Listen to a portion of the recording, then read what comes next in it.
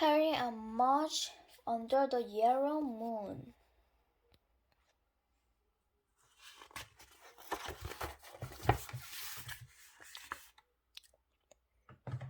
Harry and Mudge under the yellow moon.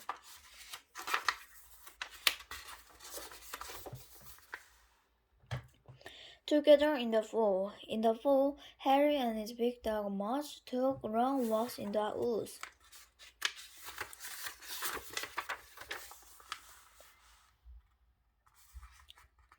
Harry loved looking at the tops of the trees. He liked the leaves, orange, yellow, brown, and red. Mudge loved sniffing in at the ground, and he liked the leaves too. He always ate a few.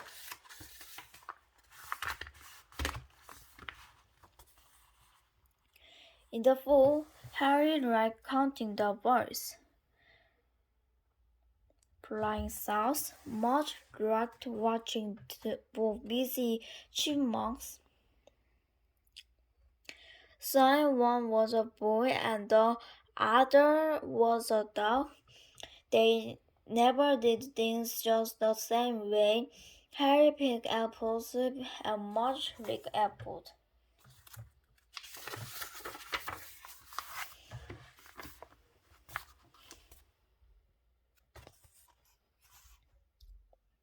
Harry put on a coat and Mudge grew on, and when the fall wind blew, Harry's ear turned red and Mudge's ears turned inside out. But one thing about them was the same in the fall. Harry and Mudge liked being together most of all.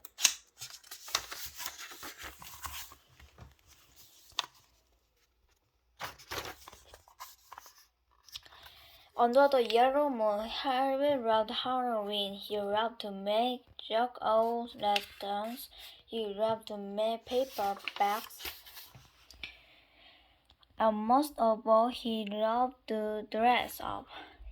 But there was one thing about Halloween. Harry did not like ghost stories, and Harry's mother loved to tell ghost stories.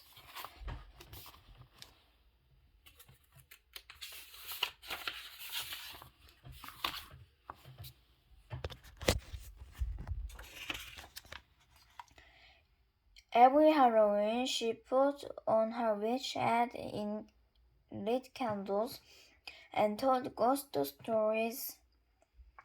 She thought Harry liked them because Harry told her he liked them, but really he hated them. They scared at him. He was afraid to tell that. But this year Harry had Mudge would be with him. Harry would not be afraid of the ghost stories. So Halloween night, Harry's mother put on her hat and lit her candles. She invited Harry and Mudge and some of Harry's friends to listen ghost stories.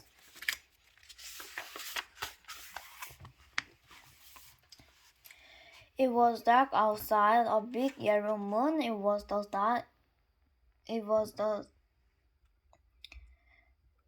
the sky. It was dark inside except for the candles and one jack-o'-lantern. Harry got close to watch on the floor. Harry's mother began.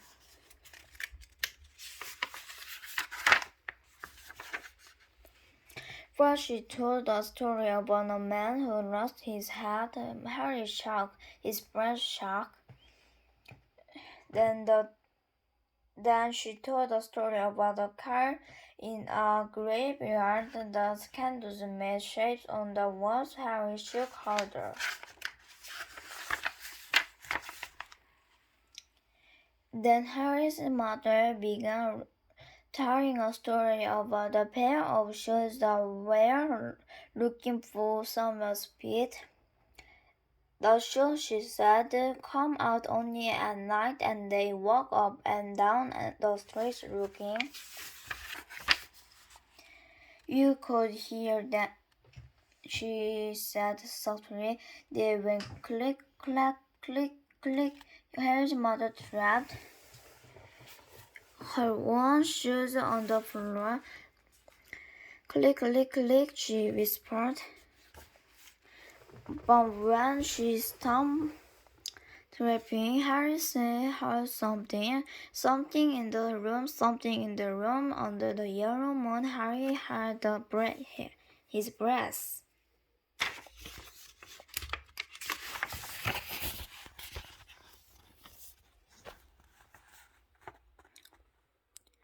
Something went click, click, click, click, but faster. Harry's whole body shook. It was like someone walking faster and faster. Click, click, click, click, click, click. What was it? Harry's mother bent down. Mudge, she said. Harry knew his mother was scared too. If she needed Mudge. Mudge, she said again. The clicking got louder. The shoes are coming, thought Harry. He put his head in Mudge's neck. How the clicking was louder than ever. Clattering, Harry put his ear near Mudge's mouth, and Mudge's teeth went click, click, click, click, click, click. It was a pair of shoes. It was Mudge, and he was scared of the yellow moon and the dark room and the witches' stories than anybody else. For Mudge that thought Harry. Harry stopped shaking and put his arms around Mudge's big head and held Mudge tight. Then they listened to the next story about a chair that rocked all by himself. But Mudge climbed all the way to the end. Thanksgiving guests. In November, Harry's Aunt Sally always came. She came 1 week before Thanksgiving. She found 1 week after Thanksgiving. That is why Harry did not like Thanksgiving. Because Harry did not like Aunt Sally. She talks too much, Harry thought. She is too much, Harry thought. She hosts the TV, Harry thought. Harry wished Aunt Sally would stay home.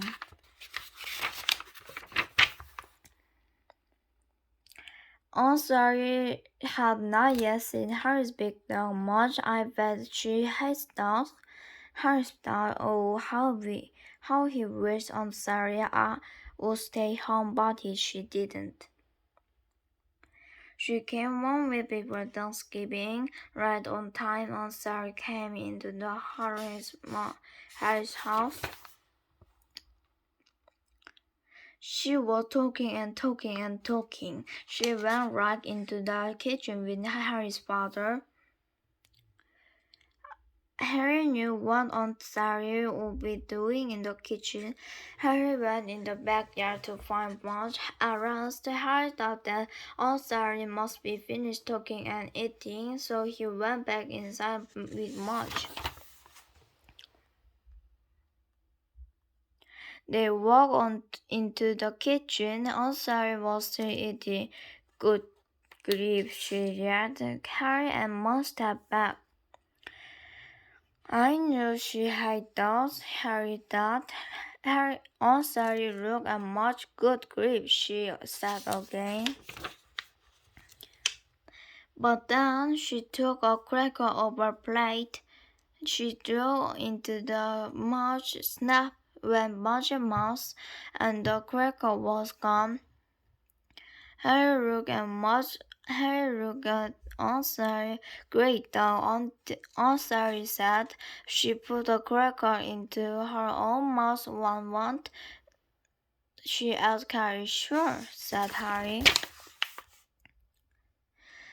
He sat down with Aunt Sally. She still ate too much, she still talked too much, but all of her talk this time was about Mudge, as that was different. Aunt Sally talked about Mudge's sweet eyes, he talked about Mudge's strong chest, she talked about Mudge's softer part, she talked about Mudge's good manners, and the fed Mudge lots of crackers. This year, Harris knew he was going to write Thanksgiving. This year, Harry knew he really had something to be thankful for. Please subscribe. Bye.